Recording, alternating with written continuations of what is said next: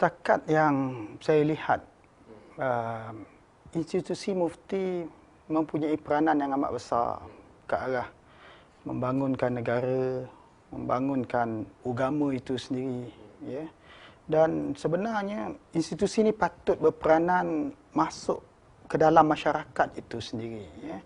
Dia bukan hanya memikirkan soal hukum halal haram, tapi memikirkan macam mana nak mengembangkan masyarakat, menjadikan masyarakat itu lebih maju, lebih bertamadun dan sebagainya. Sebab itu dari awal, waktu saya jadi mufti, saya melihat kerja mufti lebih kepada membimbing masyarakat, bagi jalan, bagi petunjuk. Sebab itu kita ambil pendekatan lebih kepada pendekatan mendidik, bagi ilmu, bagi kesedaran. Ya. Instead of kita fokus kepada ini boleh, ini tak boleh.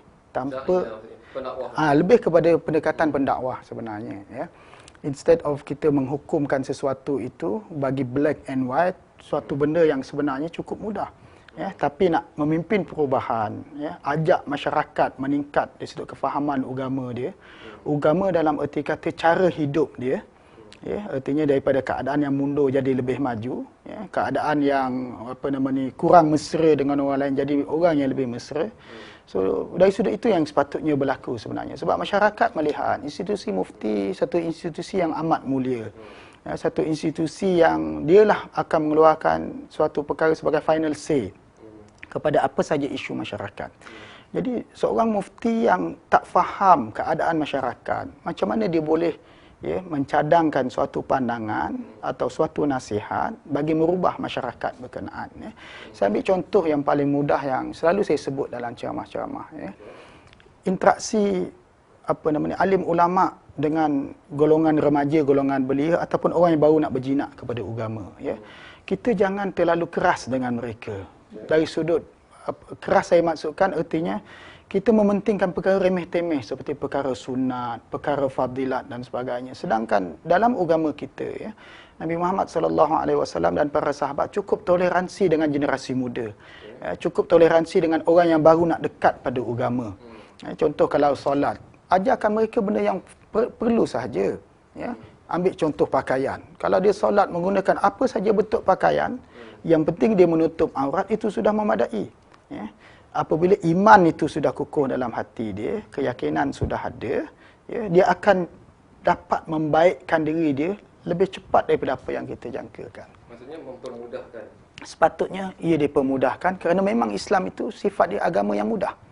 Ya, kalau kita tengok Nabi sendiri, orang-orang yang baru masuk Islam tanya kepada baginda, baginda entertain apa saja soalan.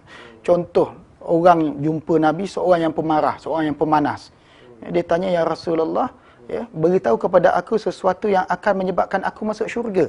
Nabi jawab mudah saja, kamu jangan suka marah-marah. Ya, padahal pada kita sepatutnya dia jawab, oh kamu kena solat, kamu kena buat itu, ini dan sebagainya. Tetapi kita mesti bermula daripada sesuatu yang kena pada orang itu sendiri, ke arah perubahan yang lebih menyeluruh. Apa masalah nombor satu institusi mufti di Malaysia? Nombor satu sekali yang paling serius. Kemungkinan sebab setup kita, ya, setup yang dibawa sejak zaman penjajah lagi. Ya, setup yang sepatutnya kita ubah dengan perubahan, ya, negara kita, ya, perubahan masyarakat kita. Ya, dahulu ia mungkin hanya berperanan sebagai penasihat kepada institusi raja, institusi sultan dan sebagainya. Tetapi pada hari ini peranan dia lebih daripada itu. Ya, masyarakat juga merujuk kepada mufti. Ya, kerajaan demokrasi yang kita ada juga merujuk kepada mufti. Ya, jadi tanggungjawab itu amat luas, amat besar. Dia bukan hanya bertanggungjawab kepada pihak istana, memberi nasihat dan pandangan kepada pihak istana. Ia menjangkaui semua golongan. Dan saya lihat, ya, dengan perubahan yang berlaku di negara kita sekarang, ia bukan hanya untuk orang Islam sahaja. Ya, ia juga membabitkan golongan bukan Islam dari sudut bagaimana, ya, seorang yang jadi rujukan dalam soal agama, ya, memotretkan potret Islam itu kepada golongan bukan Islam, bahawa Islam agama yang offer rahmat, offer kebaikan untuk semua orang. Ini yang selalu sebahagian pendakwah kita, ya, terlepas pandang barangkali. Mereka menganggap perutusan Nabi Muhammad SAW hanya untuk satu golongan, hanya untuk orang Islam sahaja. Sedangkan semua kita baca ayat Al-Quran, wa ma arsalnaka illa rahmatan lil alamin. Ya, tidaklah kami utuskan kamu wahai Muhammad kecuali bawa rahmat untuk semesta alam. Artinya Nabi Muhammad ni bawa keadilan, bawa kemakmuran bukan hanya untuk orang Islam, juga untuk bukan Islam.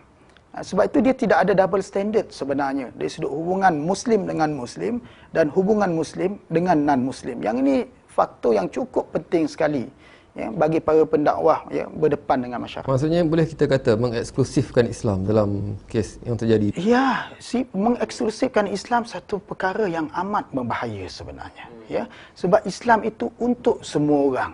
Ya, kita bukan sebut soal semua orang boleh bercakap soal hukum hakam yang detail, tidak. Ya, kita bercakap soal kebaikan Islam itu untuk semua orang. Ya, sebab itu Nabi SAW letak suatu asas yang amat mudah, ya, kepada orang Islam dalam soal bagaimana berhubungan dengan bukan Islam. Ya. Nabi kata, lahum ma lana wa alaihim ma alaina. Bagi mereka hak yang sama seperti kita, dan ke atas mereka tanggungjawab yang sama seperti mana tanggungjawab atas kita. Ya. Kalau kita berhak dapat keamanan, non-Muslim juga berhak dapat keamanan. Ya. Kalau kita berkewajipan mempertahankan negara kita, non-Muslim yang hidup bersama dengan kita juga berkewajipan untuk mempertahankan negara yang sama-sama dia duduk. Ya, artinya kita nak hidup bersama. Ini suatu perkara yang, ya, kita mesti terima. Ya, keadaan dunia sudah berubah, pola politik antara bangsa juga sudah berubah. Sempadan-sempadan dahulu yang dibina oleh manusia sama ada kerana ekonomi, kerana agama, kerana bangsa juga sudah berubah. Ya, jadi sekarang Islam mesti dilihat daripada perspektif yang lebih luas lagi.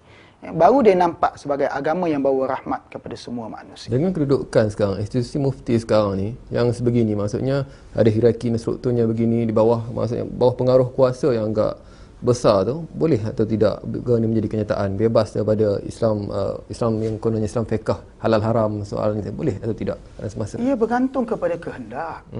Ia bergantung kepada kehendak. Saya suka membawa suatu konsep yang waktu saya di Al-Azhar dulu, saya ingat lagi, ya, seorang daripada syekh kami, Profesor Dr. Al-Muslihi nama dia, mengajar usul fiqh. Dia memberitahu kepada kami para pelajar pada waktu itu bagaimana untuk menjadi seorang sarjana, ya, Islam yang mantap, yang kuat. Dia kata kamu ikut suatu konsep yang dibawa oleh Al-Imam Al-Ghazali. Ya, kata Al-Imam Al-Ghazali, tarkil ma'luf syadid. Meninggalkan kebiasaan itu amat susah, amat sukar. Ya. Sebab itu saya tengok kehendak itu amat penting. Ya.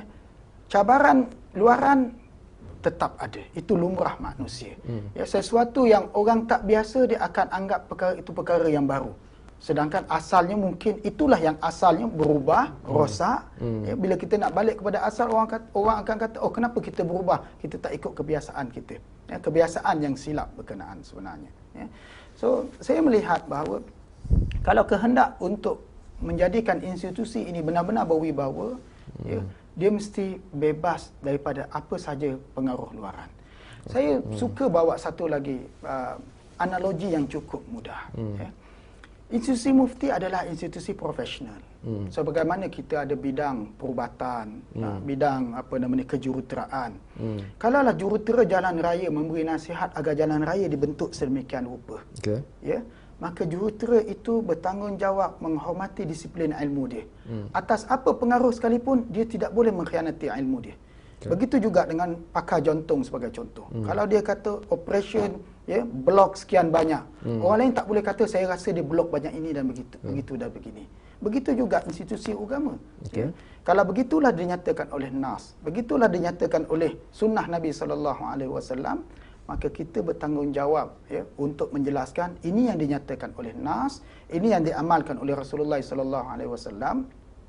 Soal manusia tak suka itu masalah persepsi. Ya. Tetapi kebenaran dia tetap akan kekal sampai bila-bila sebagai kebenaran. Ya. Sebab itu saya melihat, ya, soal kehendak ini satu cabaran yang amat besar, ya, untuk kita merubah. Barangkali kerana Malaysia dalam proses transisi, ya, daripada satu bentuk generasi pra-merdeka dengan pasca merdeka. Kemudian satu generasi sebelum kita maju, era 80-an dengan selepas 90-an. Jadi ini barangkali proses kematangan yang sedang berlaku, yang mana kita lihat kalaulah institusi yang ada tidak berubah, dia tidak jadi lebih efektif daripada yang sepatutnya, dia akan obsolete. Ya, dia akan ketinggalan zaman. Akhirnya credibility dia akan hilang. Yang ini yang saya cukup bimbang.